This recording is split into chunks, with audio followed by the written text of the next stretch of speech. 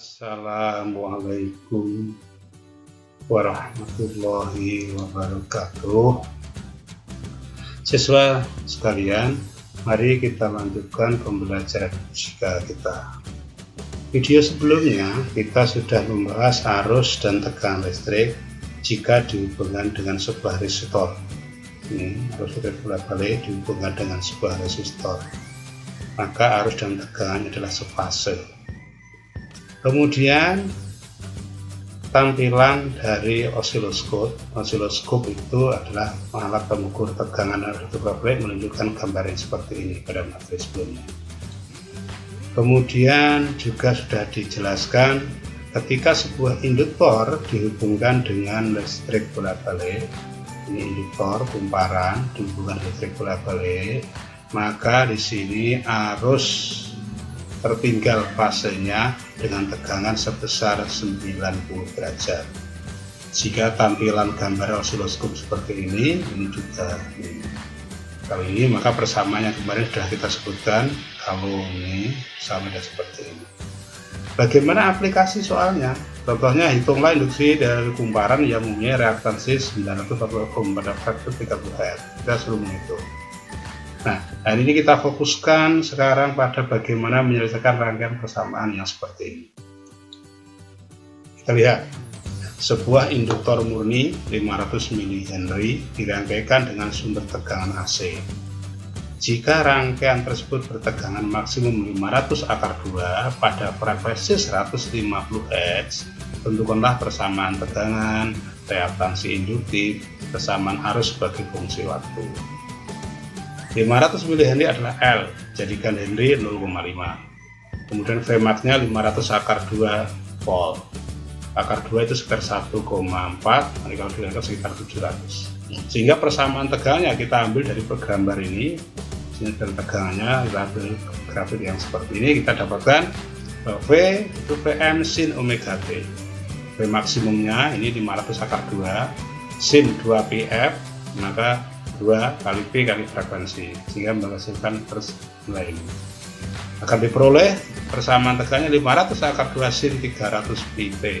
Kalau persamaannya hanya sampai sini dibolehkan, tapi kalau akar 2 itu dihitung 1,4 maka dapat 700. Inilah persamaan tegangan. Kemudian berapa besar reaktasi induktif? Reaktasi induktif itu adalah hambatan pada induktor tersebut. Kita hanya menghitung hambatannya dengan persamaan omega kali L. XL itu ada hambatan pada induktor. Omega kali L, omeganya 2πf, ini ketemu, dapatkan 471 ohm. Pertanyaan ketiga, bagaimana persamaan arusnya sebagai fungsi waktu? Kita tahu bahwa kalau rangkaian induktor tadi dijelaskan itu adalah arusnya tertinggal, maka persamaan ya arusnya adalah tegangan dibagi hambatan, dari 700 sin 300 pp dibagi hambatan XL. Nah, kenapa di sini tambah negatif 90? Karena arusnya tertinggal. Karena arusnya tertinggal yang diambil persamaan yang ini, maka di sini negatif 90 derajat atau setengah P, sehingga diperoleh persamaan seperti ini. Nih. Tapi kalau diambil yang ini, persamaannya muncul seperti ini. Oke. Paham siswa sekalian? Anda cermati dulu ini persamaan yang ada. Dilanjutkan sekarang. Kalau kemarin sudah dijelaskan bagaimana rangkaian resistor digabung dengan induktor dengan listrik bolak-balik, kemarin sudah. Yang membedakan dengan rangkaian induktor dengan listrik bolak-balik, di sini ada hambatan. Nah, hambatan totalnya berapa? Hambatan totalnya dinamai dengan impedansi Z dan C. Kemudian Z sudah dihitung kemarin dengan persamaan yang seperti ini. Kemudian arus tertinggal fasenya dengan sudut yang dibentuk dihitung, sudutnya adalah ini.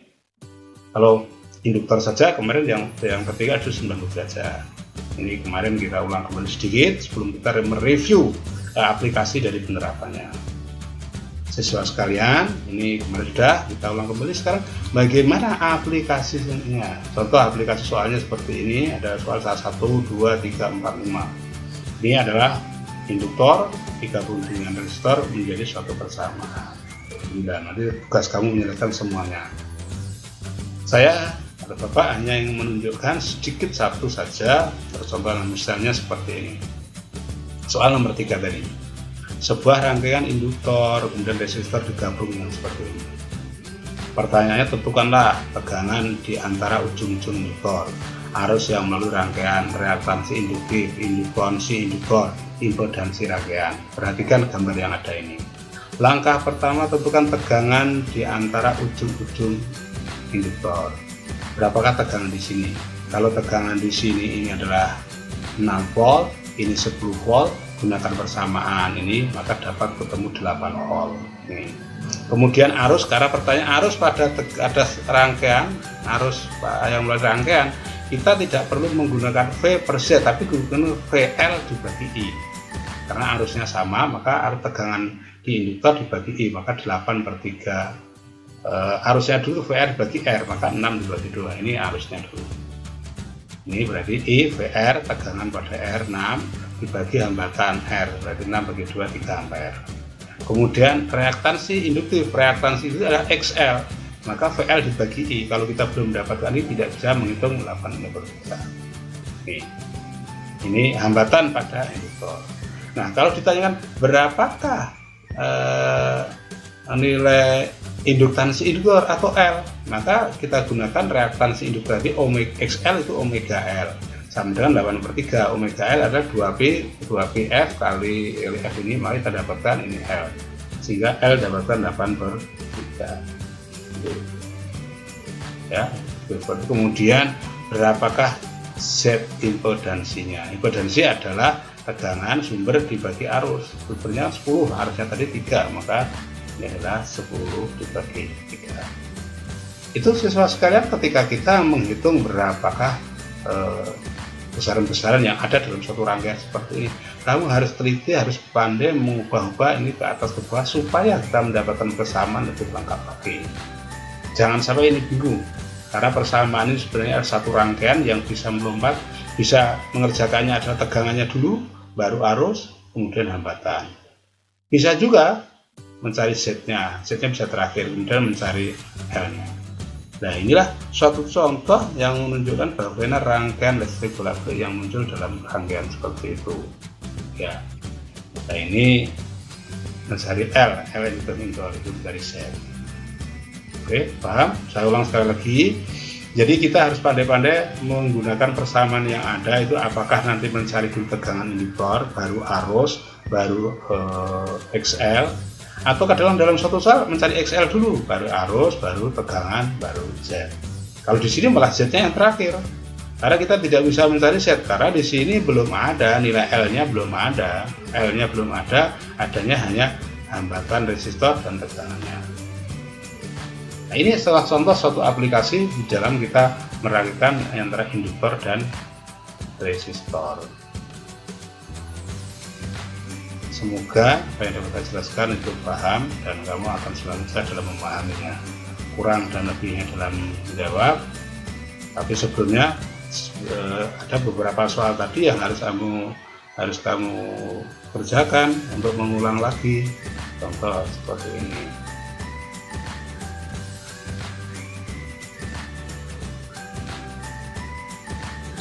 Nah, ini harus kamu jabarkan satu kali contoh seperti nomor 2 ini.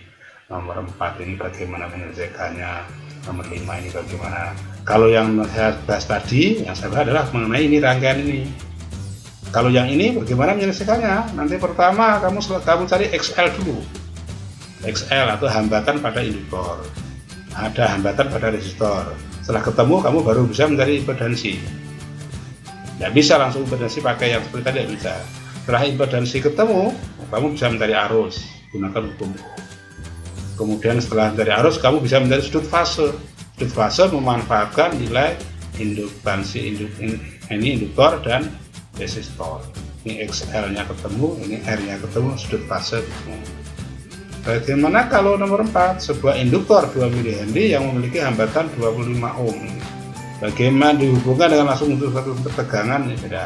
Nah, tentukan kuat arus dalam rangkaian. Nah, sama di sini kamu harus mencari XL dulu, nanti kemudian mencari R, baru kamu mencari Z-nya ketemu. Z ketemu, baru kamu mencari arusnya.